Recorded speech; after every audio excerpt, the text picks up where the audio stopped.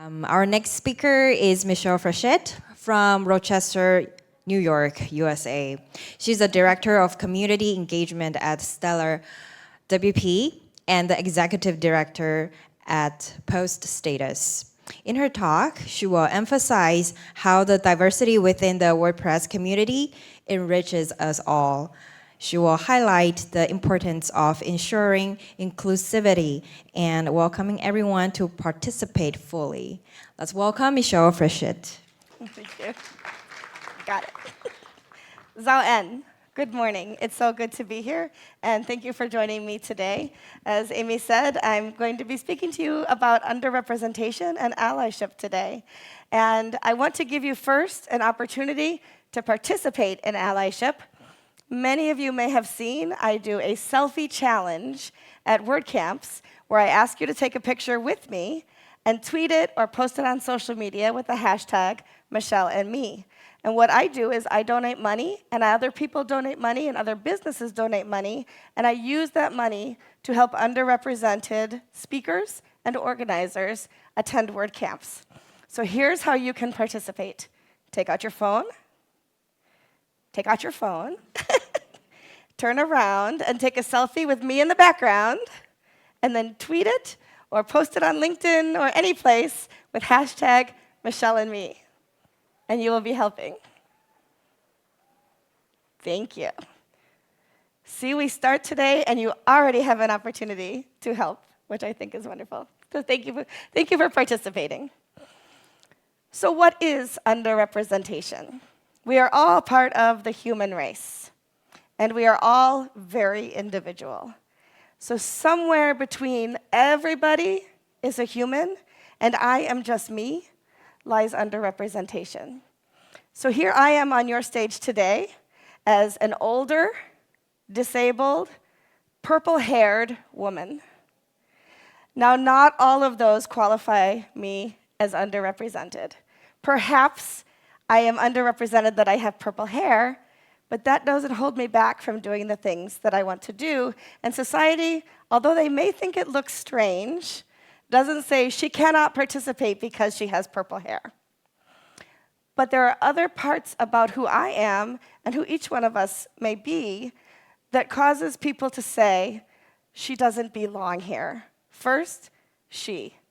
Right there still is. Yesterday was International Women's Day. And there's still so much we need to do to help women progress in technology and in other fields that they may choose to participate in. I am a disabled woman. There are so many places that I cannot physically access. This WordCamp has been wonderful. There's ramps for people like me, and the hotel is perfect, and everything. I have not encountered any issues. But there are other places in this world where I have a lot of difficulties. WordCamp US 2 years ago was an incredibly difficult time in my life. The doors to the hotel did not open by themselves. The door to my bedroom at the hotel, I could not get in and out by myself. There wasn't a handicapped shower. I didn't have a way to get in and out of the bathtub. I got stuck in the bathroom of the hotel lobby because I couldn't reach the door to open it to go out, and I had to call somebody on my phone to say, can you let me out of the bathroom, please, right? So there's lots of things that people like me, using mobility devices, have difficulty with. That is one way that you can say that I am an underrepresented person. I am older than most people in technology. This is where you all say, you don't look old, Michelle. You don't look old. Thank you. I just love you all. But I am 55 years old and working in technology, which is fairly old for a woman in technology. And so that sets me apart as an underrepresented class. So I'm a woman, I'm disabled, and I'm older. So all three of those things apply to me. I'm part of the human race. I am sitting on this stage with Crocs on, and I am the only person in this room for whom that is true. But that doesn't make me underrepresented. It just makes me unique today. So you have to look at all of what makes a person and what that person is all about them to determine if it's underrepresented. So that's what underrepresentation means. what is allyship? So my computer doesn't even recognize allyship as a real word, but I promise you that it is.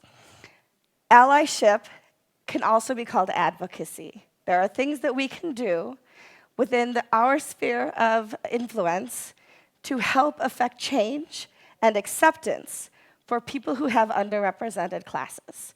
And that's what I want to talk about today, is how we can do that and do that better to help others be able to fully participate in WordPress specifically, in technology for sure, but also in life in general.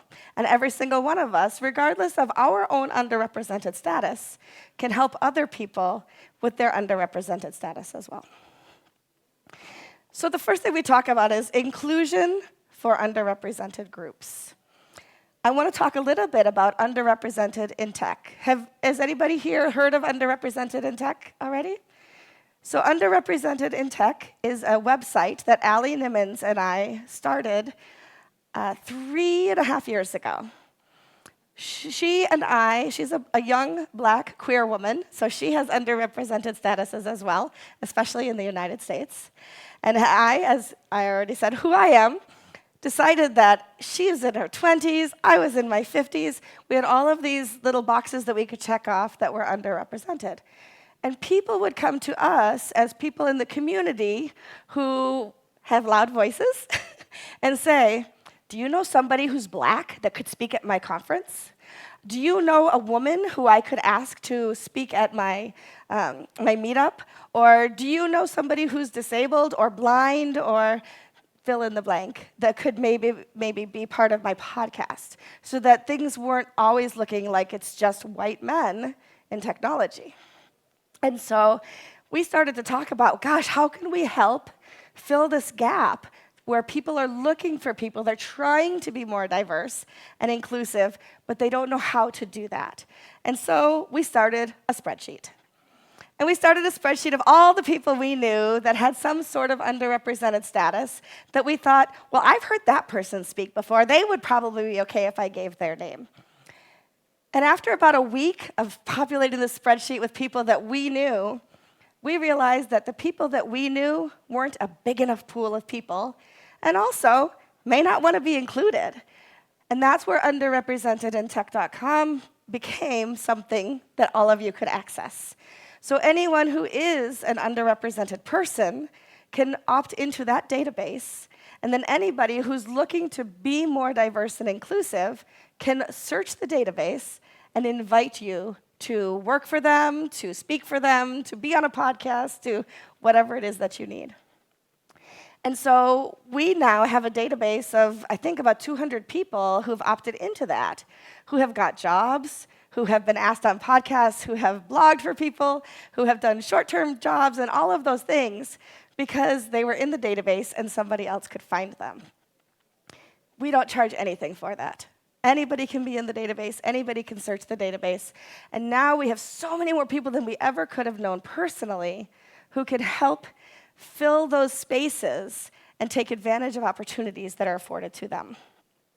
So that's how it started, with us just saying, why don't we build a spreadsheet, to building this whole big project that now also includes a podcast where we talk about what it means to be underrepresented, where we talk about struggles that people in different minority groups within certain parts of the world struggle with, where what it means to be fat-shamed or ageism or any of the different things that people might encounter as a difficulty or honestly, sometimes just hatred, and you can feel that, to be able to be included in the things that they want to be included in. So we talk about that on a regular basis.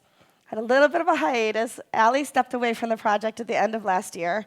I have a brand new co-host that I'm not going to tell you who it is yet because it's a big secret coming out at the end of the month. But we're picking up the podcast again, and we're going to be reinvigorating the project with my new partner. I think you will like her. And she's not from the US, so we'll have more of an international flair and be able to talk about underrepresentation more than in just the United States. So I'm very excited about that. We are not charging anybody for anything. Sometimes people want to donate to us so that we can pay our servers and those kinds of things, but we don't even ask for donations. It simply is, it exists It's not a 501c3. We're not asking for donations, but we want it to be available to people. At some day when I retire from being who I am and just decide to watch birds and cats all day long, I hope that somebody else will pick this project up. I will gladly hand it to them so that it can continue. That is one way to practice allyship. Do I think every single person in this room should start a podcast about it? No, that doesn't make sense, right? That's one way that I practice allyship, is to learn about people and share those opportunities. But every single one of us has an opportunity within events, products that we create, whether that's a digital product or not, projects that we run, the teams that we have, and creating inclusive and dedicated spaces. So let's talk about that a little bit. Events is one of the first places that we have noticed over the years, even before we started Underrepresented in Tech, that there was exclusion for people. I am going to be honest and tell you I don't even remember what event it was, but there was an event about 5 years ago, maybe 6 years ago, where they had 10 speakers, and they were all men. And enough women said, this is ridiculous. And they started to talk about what was happening there. And then the organizer said, oh my gosh, we didn't even realize, because it is possible to be exclusionary and not even realize you're doing it because you are so used to working within the groups that you work in. And enough people started talking about it that some of the men dropped off the team, the speakers team, and they started inviting women, and none of the women were like, nuh-uh, I'm not going to be your token woman now that you've had all of this problem go on. So we have to look at how we can create opportunities for people to be on stages, to be on organizing teams, to be on podcasts, and all of those things. But you have to do your research to find out who can we reach out to, how can we do those things. We talk about the fact that when you have an event like a WordCamp, we simply put out a call for speakers and cross our fingers and hope that the right people will apply and that we get some nice gender diversity and ethnic diversity and ableism diversity and all of those things. But is that enough? And so one of the things we talk about is you can build something like a WordCamp or any other event and put out a call to speakers and have as many people apply as possible, but you can always also ask people to apply. Now, when you ask somebody to apply, are you guaranteeing them a spot on the stage?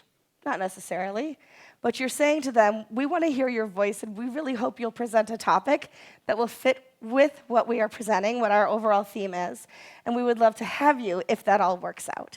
So now you have the opportunity for more people to apply to speak, and that's where you start to build that inclusion and see more diversity on stages, like WordCamps.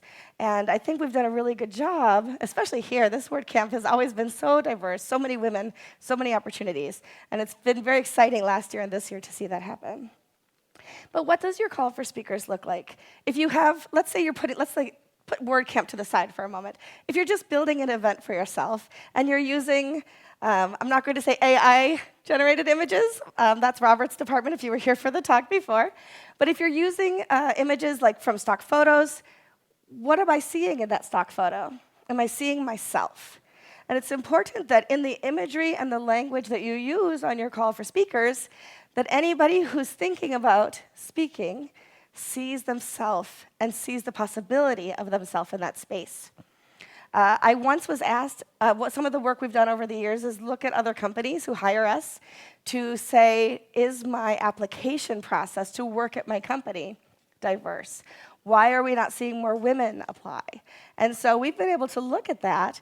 And one of the things I've talked about is there was one application that I saw where as you looked down along the application, it said things like, it gave the job description, and then it said, if you think you might be a good fit, please apply below. Well, to somebody who is not totally confident in the space, and for many underrepresented folks that may be true, if, think, might, stop them from applying right there. So the language that we use matters. Products. I love to talk about products. So Products should be available for all user groups, not just the people who are creating them.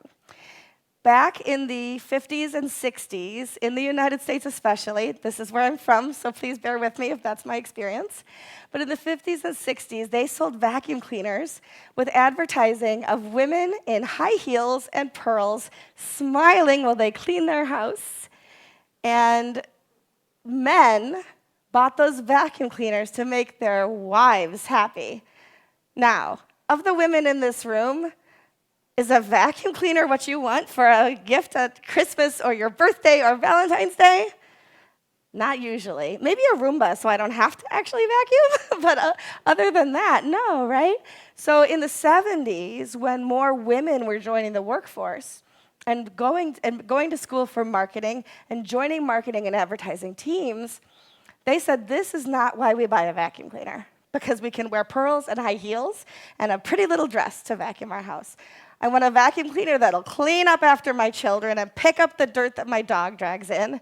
And so the advertising around vacuum cleaners changed so that it was addressing the pain point that we're solving, cleaning your floor, as opposed to how happy and pretty you look when you're doing a household chore. So when we think about including people who will use our product in the design of our product, we have better opportunity to sell that product too. So if you are designing and you're including people in the decision-making process, in the design process, in the advertising process, who don't just look like you have a much better opportunity for success. As I say online, can everybody look at themselves and see themselves using your product? But if they look at there and they see not so much, also, how many men do you think did the vacuum cleaning when they saw that you should be a pretty woman who is doing the vacuum cleaning, right? So the whole idea is that everybody should be included. But we also have better projects. So I have a couple of podcasts. You may have heard of some of them. And I am very careful, and not even on purpose, but I have always been inclusive in the podcast. So I have WP Coffee Talk is something that I've done for several years now. And I have spoken to people all over the world on 6 continents. So if you know anybody in Antarctica, please send them my way. But 6 continents in over 27 countries have been on my podcast. And so people who want to speak on my podcast have seen other people that look and sound like them. And it has to be in English, because that's all I speak. I'm sorry. But if you speak English, you can be on my podcast.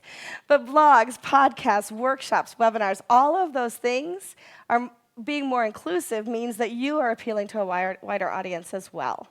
And you are talking to people who bring diverse and wonderful experiences to those conversations. We also develop better teams. How are you recruiting your teams? I talked about that application process. What does it look like? What language are you using? Are you encouraging people to scroll down and fill out that form? Or are you discouraging people from doing that? I would rather have 500 applicants for a job than 5 applicants for a job, because I can choose from a more diverse pool. I can look at more people for their qualifications when I'm looking that way. It should be easy for people to find your application. It should be easy for them to fill it out. You can always ask for more information, but looking at those kinds of things, what time of day are you doing interviews?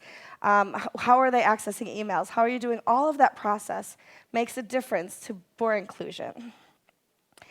And then we should and can develop inclusive and dedicated spaces, safe spaces for underrepresented folks. And this is something that I think WordPress has done well and continues to do well, but can continue further to do well. So, for example, for several years now, Black Press has existed. There's a Slack channel a Slack community that they have. blackpresswp.com is their website. There's a wonderful, inclusive, robust conversations happening all of the time. And it's also open to allies. So I am privileged to be part of the Slack community for Black Press. But as a white person, I also just provide resources and not opinion, because it is not my job in that group to try to control anything or to have opinions about things, because it's not my underrepresented group. I don't fit there that way. But I bring to that group resources. I post job opportunities, I post calls for speakers and things like that that I'm aware of, so that other people in that group I'm showing my true allyship for. Last year, at WordCamp Phoenix, I gave a similar talk to this, and I talked about Black press. And as a result of that, 3 different people at 3 different times approached me in the afternoon and said, is there a space like Black press for the LGBTQ+ community? I spent a few hours that afternoon doing some research and discovered there wasn't. There wasn't a safe space like that. So at the after party, sitting at a table with people from the community and some people from a hosting company, I said, let's do it. Let's make it. I will be a resource. I will help you get it started, and then I will back up and let the community run itself. So we created LGBTQpress.com. And there's a Slack community for the rainbow community, as I've heard it sometimes called, the LGBTQ+ community.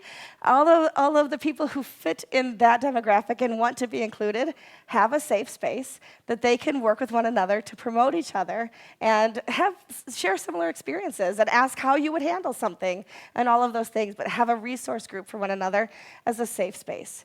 There's a Ladies of WordPress Slack community that you can be part of if you're a woman.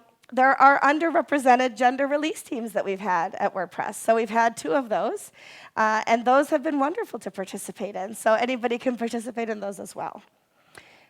The important thing is to ask yourself, do we have safe spaces for the different communities that might need those, might want those to be a resource for one another, and to find that support that only somebody in that community would understand the need for? And how could we create those safe spaces? If you see a need and you don't see a solution, you can be part of the solution in helping create that as an ally, and that's what allyship is about. How can we do that in tech? It's interesting, right? So like my college, when I went to college back in the 80s, we had, it was called, what was it called then? It was the, I can't remember. It was like an African-American resource group for the college students. And I remember thinking, well, we don't have white groups for people. And then I was like, oh, right, that was something they did in World War II. We shouldn't do that again. So you have to be careful about what kinds of groups you do create, too, because it should always be to help and uplift people who might not already have access to those things within themselves. And we can do that in tech because we do work remotely. We can create safe spaces like Slack. We can create websites and have these wonderful things. We can have Zoom calls. I've been privileged to sit in on some of the Zoom meetups for the Black press community and just be a resource. And when they say, we don't know how to do this, or we don't have access to this, I say, well, in my role here, I can give you access to that. I can provide hosting. I can do other things and be able to be a resource to that group. And it's a privilege for me to be able to do that. But we can do that also within campuses and corporations. My daughter is a Black woman. She is a 32-year-old woman who is in banking, and on the weekends, she's a really awesome DJ. And she is the president of the North American African American Resource Group for her bank.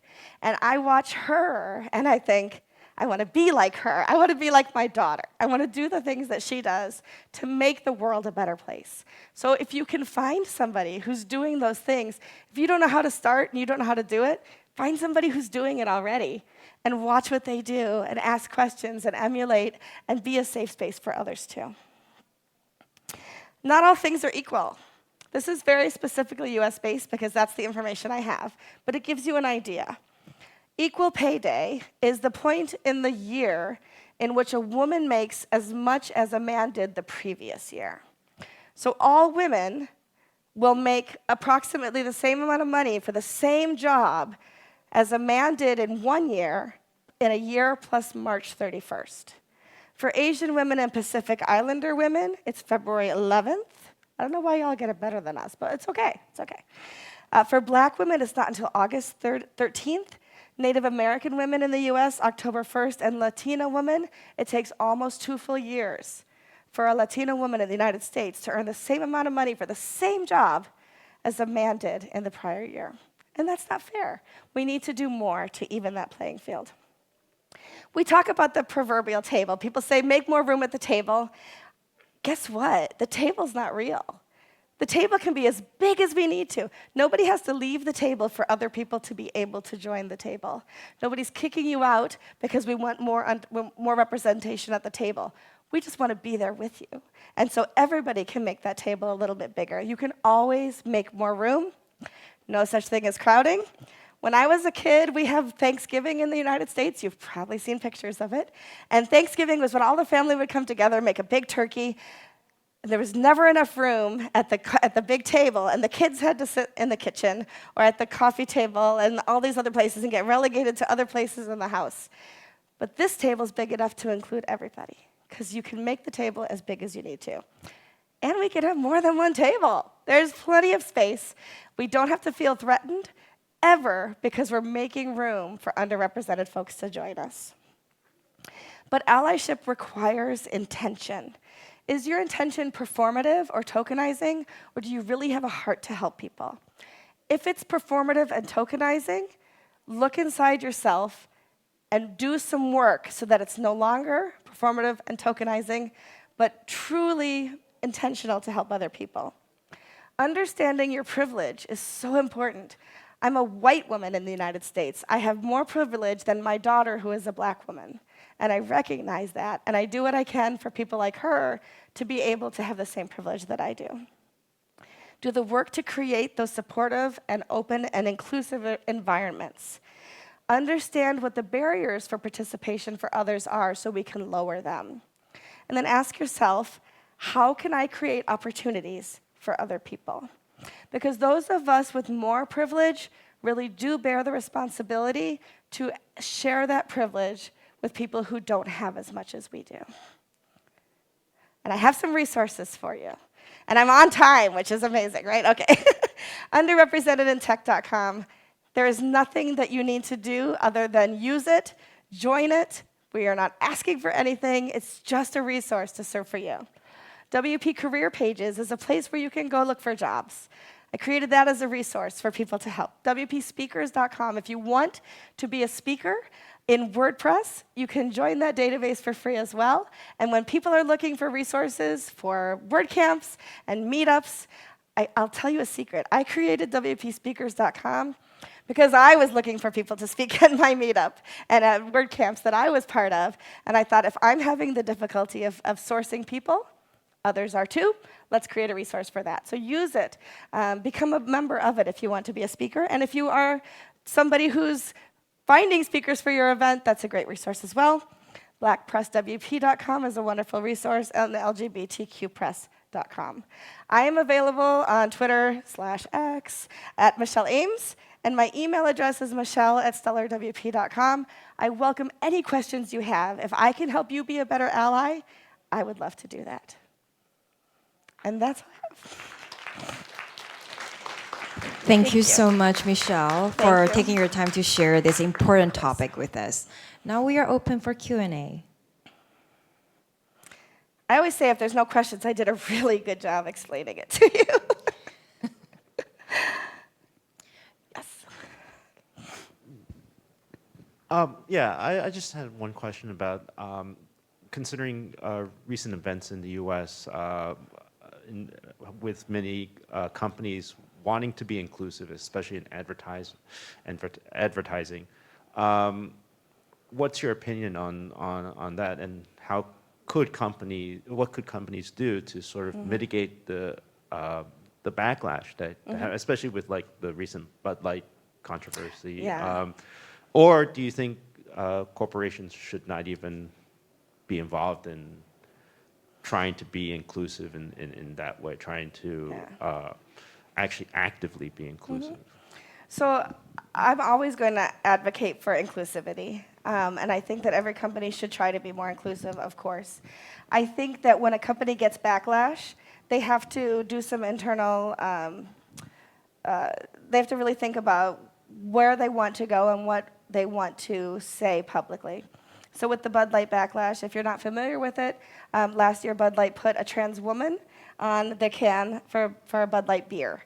And there were people who were buying their beer just to run it over with their trucks, to make a statement about the fact that a trans woman shouldn't be on my beer can, right? That's just dumb, right?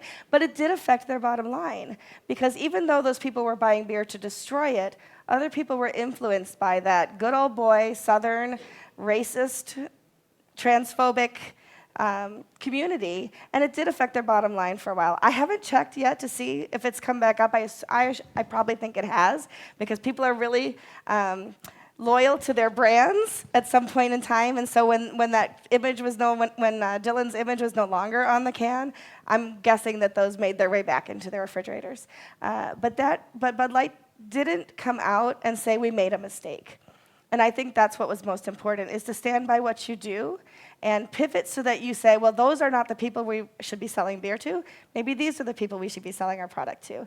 And see what ways they can do that. And trust that, they weren't going to go bankrupt because of one campaign, right? So it was one of those things where they just had to evaluate and move forward. And I think it's going to look different for every company, exactly how they do that. But I would hate to see companies back down on making important statements in our world because of the force of negativity that would come as a result of that. One of the companies I've talked about on the podcast with Allie, that I'm a crier, so just so y'all know, but Etsy has done an amazing job over the last few years of inclusive advertising around the holidays. So much so that I see, one of them is a little girl who is an Asian girl whose name is unpronounceable by her teacher, right? Her teacher doesn't even make the effort to pronounce her name. But her mother gives her a necklace with her name on it. And I get goosebumps. I see that and I get goosebumps. There's another with a couple who are a gay couple, and they're going to the one person's parents' house for Christmas, and he's so nervous about meeting his partner's parents for the first time, and how will they accept him? I'm going to cry. But they give him a gift. He opens it up, and it's a hand created image of the two of them to hang on their Christmas tree. And I just blabber like an idiot when I see that, because I love the inclusion. Are people not buying from Etsy because of those commercials? Maybe, but Etsy doesn't care, because enough people are seeing their intent in their heart to be able to do that. And so if your brand takes a hit for a little while, Cheerios had the same thing. There was an interracial couple, and so many people decided they were going to boycott Cheerios because a white man shouldn't be married to a black woman. Oh, for crying out loud, that's not true, right? And so they took a little bit of a hit in a certain socioeconomic group, classes, and then they continued what they're doing, and they're just as good as they ever were. So I don't know if that really answers your question, but I think it's really something that is a case-by-case situation. Yeah.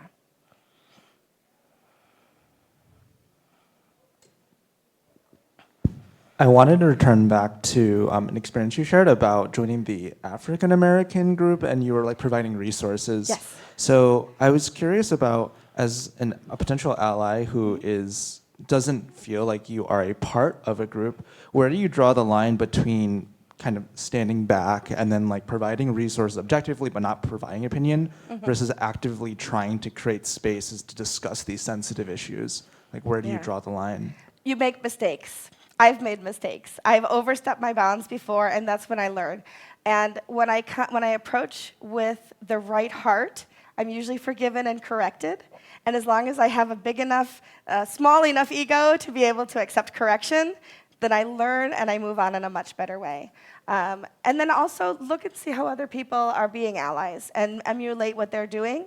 But you will make mistakes, right? We make mistakes in our lives, we do. Most of what we do doesn't affect other people, and it's usually more embarrassing for us than them. So if I overstep and I'm like, oh, you should do this, and they're like, thanks, Michelle, that was a nice idea, go back to your corner, and kind of nobody says it that way. But that's how I feel, right, when somebody says that. And it can be very embarrassing, and it can make you want to just withdraw from the group. But most people see, if you're approaching with a good heart, and you're learning how to be an ally, you should never stop learning how to be an ally. Every day I get better at it. Every day I still make mistakes, if it's just in my own mind, and I correct myself sometimes. But as you work on allyship, you get better and better at understanding where those invisible boundaries are. And I have really trusted friends in groups that I say, would this be helpful if I suggested this to the group? Now, I never, ever rely on a black community to educate me about blackness. That is not their responsibility. But I can ask a trusted person, should I offer this, or is this overstepping? And that trusted person will give me advice because they know that I'm trying to help. So it's really just trial and error and being okay with being embarrassed and making mistakes. Thank you. That's a great question. Yes. Hi, Michelle. Thank you. I was wondering if you know if there's something like Black press or LGBTQ press for autistic people or maybe even disability in general? I'm not aware of one, but just like last year at WordCamp Phoenix, come see me at the after party and maybe we'll get one started because that is a great opportunity. Now, I'm not going to run this one. I'm not running any of them, first of all, but I can't be the resource creator for everybody, but I can certainly give you some tools to get started. And I can find you hosting too, so talk to me later. Anybody else? Thank you so much for being here with me today and for listening and for trying to do better and be better as you go forward from today. Thank you so much. Thank you so much, Michelle. So if anyone have any more questions or anything you want to discuss with Michelle, I'm sure she will be happy to talk to you. Yep. And you can always catch me at any of those places as well. Take pictures now. Okay. Perfect. Thank you, Michelle. On behalf of WordCamp, we would like to give you this gift back. Thank you so much. Wonderful. Thank you. Anybody want a picture? Thank you. Thank you all for being here. Wonderful. Thank you.